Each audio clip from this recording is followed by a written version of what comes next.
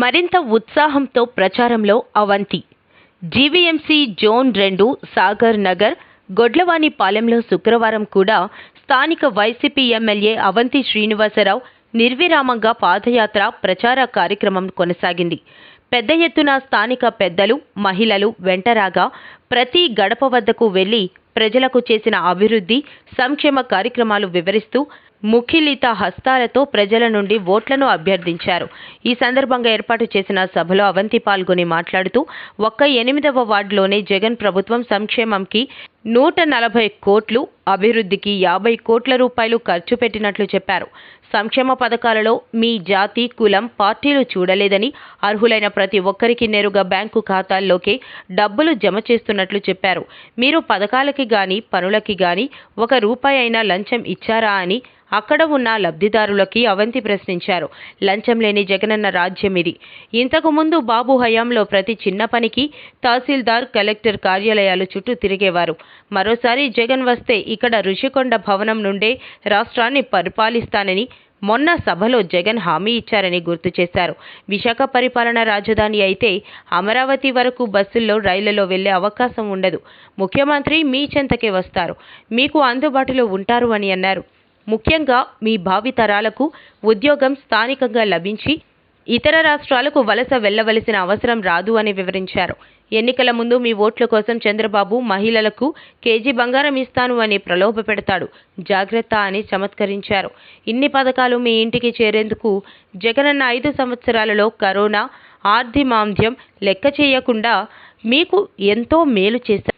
మీరు వచ్చే ఎన్నికల్లో 1 మీట అవంతి శ్రీనివాసరావు కోసం, 2వ మీట పార్లమెంట్కి పోటీ చేస్తున్న బొత్స ఝాన్సీ కోసం ఫ్యాన్ గుర్తుపై నొక్కాలని ప్రజలను కోరారు. అనంతరం 8వ వార్డు అధ్యక్షులు గుడ్ల పోలిరెడ్డి మాట్లాడుతూ చేసిన అభివృద్ధి, సంక్షేమం చూసి అవంతికి ఫ్యాన్ గుర్తుపై ఓటెయ్యాలని కోరారు. ఈ కార్యక్రమంలో 8వ ward corporator Lodagala Apparao, ward YCP యువజన అధ్యక్షులు లొడగల రామ్మోహన్ రావు, వైసీపీ సీనియర్ నాయకులు, కార్యకర్తలు పెద్ద ఎత్తున పాల్గొన్నారు. రేపు రాబోయే ఎన్నికల్లో మన భీమిలి నియోజకవర్గం నుంచి మన వైఎస్ఆర్ కాంగ్రెస్ పార్టీ అభ్యర్థిగా పోటీ చేస్తున్నారు. మరి గత ఎన్నికల్లో మన వార్డు నుంచి మనం 13 సచివాలయాల నుంచి 21 పోలింగ్ బూతులు ఉన్నాయి. 21 పోలింగ్ బూతుల్లో కూడా మనందరం కూడా ఓటు హక్కును వినియోగించుకొని గతంలో ఎలా అయితే మెజార్టీ ఇచ్చామో అంతకంటే ఎక్కువ మెజార్టీ ఇచ్చి అవంతి శ్రీనివాసరావు గారిని మన భీమిలి శాసనసభ్యులుగా మన జగన్మోహన్ రెడ్డి గారికి మనందరం కూడా ఒక బహుమతిగా మన నియోజకవర్గానికి గెలిపించుకొని మళ్ళీ అవంతి శ్రీనివాసరావు గారు మళ్ళీ మంత్రిగా ప్రమాణ స్వీకారం చేసి మళ్ళీ మన ఏరియాలో వస్తారు. కాబట్టి ఇక్కడ ఎవరు ఎంతమంది పోటీ చేసినా సరే, ఎన్ని గ్రూపులు కలిసి వచ్చినా సరే మనం అక్కడ గెలిచేది అవంతి శ్రీనివాసరావు గారు గెలుస్తారు. ఫ్యాన్ గుర్తుని మళ్ళీ మన గతంలో కంటే ఎక్కువ మెజార్టీతో గెలిపించుకొని మన నియోజకవర్గంలో, మన వార్డులో కూడా మనంతా సత్తా చూపించి మనందరం కూడా రేపు జరగబోయే ఎన్నికల్లో అత్యధిక మెజార్టీతో గెలిపించాలని చెప్పి కోరుకుంటూ తెలియజేసుకుంటాం. జై జగన్. ఇప్పుడు కార్పొరేటర్ అప్పారావు గారు మరొకటి కోరుతున్నాం. మరి ఈ సాయంత్రం వేళ, ఈ సంధ్యా సమయంలో మన ఈ బీచ్ ఒడ్డున మీ అందరిలా కలుసుకోవడం చాలా సంతోషం. మరి గతంలో చాలాసార్లు మీ గుడ్లవానిపాలెం రావడం జరిగింది. మరి ఈ 5 సంవత్సరాల కాలంలో కనీసం 10 సార్లు వచ్చి ఉంటారు ఈ సాగర్నారు, 15 సార్లు. ముఖ్యంగా గతంలో వచ్చినప్పుడు సంక్షేమ కార్యక్రమాలకి, అభివృద్ధి కార్యక్రమాలకు రావడం జరిగింది. మరి గుడ్లవానిపాలెం సచివాలయం ఎంత ఖర్చు పెట్టాం? వెల్ఫేర్ వాటి అంతా 70 కోట్లు ఖర్చు పెట్టాం. ఈ గుడ్లవానిపాలెంకి అందించాం 12 కోట్లు ఇవ్వడం జరిగిందమ్మా.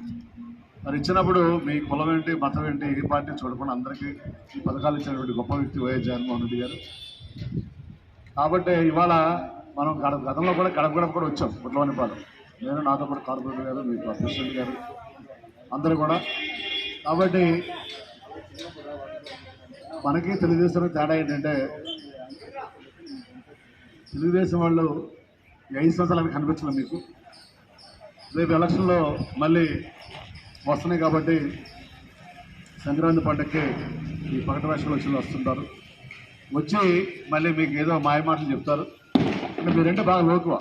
వాళ్ళకి ఏంటంటే ఎలక్షన్ టైం వచ్చేసి నేను 4 మాయ మాటలు చెప్పేసి ప్రజలకి ఏదో 4 రూపాయల చేతులు పెడితే మీరు ఓట్లు వేసేస్తారనేది వాళ్ళ ధీమా. కానీ గుర్తుపెట్టుకోండి అమ్మ, తేడా తెలుసుకోండి తెలుగుదేశానికి జగన్ గారి ప్రభుత్వానికి. మరి జగన్ గారి ప్రభుత్వంలో మన వార్డుకి 70 కోట్లు అలా ఇచ్చాము సంక్షేమ కార్యక్రమాలకి. అలాగే 3,70,000 కోట్ల రూపాయలు మన రాష్ట్ర వ్యాప్తంగా ఉన్నటువంటి 1,25 లక్షల కుటుంబాలకి కులం, మతం, ప్రాంతం, పార్టీ చూడకుండా అందరికీ కూడా జరిగింది. కాబట్టి ఇవాళ జగన్మోహన్ గారు ఎక్కడికి వెళ్ళినా ఆయన నిరాజనలో పలుకుతున్నారు.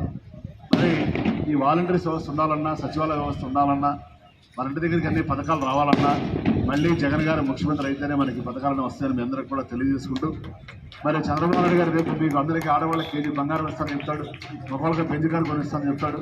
ఏ మాటలు చెప్పినా కూడా మీరు నమ్మొద్దని మీ అందరికి కూడా మరి నేను విజ్ఞప్తి చేస్తూ, రేపు మే 11వ తారీఖు జరగబోయే ఎలక్షన్స్లో మీ అమూల్యమైనటువంటి అతి పవిత్రమైన ఓటుని మరి ఎమ్మెల్యేగా నేను ఎమ్మెల్యేనేమో ప్రజెంట్గా కోరెడ్డి గారు, మన బొత్స గారు మిసెస్, సో 2 ఓట్లు కూడా వస్తాయి. ఈ 2 కూడా మరి ఫ్యాన్ గుర్తుకి వేసి మీ యొక్క అతి పవిత్రమైన అమూల్యమైనటువంటి ఓటుని 2 కూడా ఫ్యాన్ గుర్తు వేసి మరి దీవించి అసెంబ్లీకి పంపించాలని మీ అందరికీ కూడా చేతులు శిరస్సు నమస్కారాలు తెలియజేసుకుంటూ, మరి ఈ 5 సంవత్సరాలు మీరు చూశారు, మీకు అప్పుడు అందుబాటులో ఉండే వ్యక్తిని, మీరు పిలిస్తే పలికే వ్యక్తిని, కష్టమైన సుఖమైన మంచి అని చెడైనా. మరి అలాగే రెండోది, ఎలాంటి అవినీతి లేకుండా, మరి ఎలాంటి పార్టీలు వివక్షత లేకుండా మనం 5 సంవత్సరాలు కూడా పరిపాలన చేయడం జరిగింది. కాబట్టి మళ్ళీ ఇంకా గొప్ప విషయం ఏంటంటే, మీ వార్డుకి రేపు ముఖ్యమంత్రిగా జగన్మోహన్ గారు అయితే తప్పనిసరిగా బాబు రేపు ముఖ్యమంత్రిగా జగన్మోహన్ రెడ్డి గారు గెలవంగానే మళ్ళీ ఆయన ఎక్కడి నుంచే ప్రమాణ స్వీకారోత్సవం చేస్తారు, ఎక్కడి నుంచే పరిపాలన చేస్తారు, మీ వార్డు నుంచే కూడా పరిపాలన చేస్తారు అని మీకు ఈ సందర్భంగా అందరికీ తెలియజేసుకుంటూ, ఎందుకంటే విశాఖ పరిపాలన రాజధాని అయితే మన విశాఖపట్నం అంతర్జాతీయ స్థాయిలో విద్యా సంస్థలు కానీ పరిశ్రమలు కానీ ఇక్కడికి వస్తాయి. వచ్చినప్పుడు మన పిల్లలు చదువుకోవడానికి అవకాశం ఉంటుంది, చదువుకునే పిల్లలు ఉద్యోగాలు చేసుకోవడానికి అవకాశం ఉంటుంది.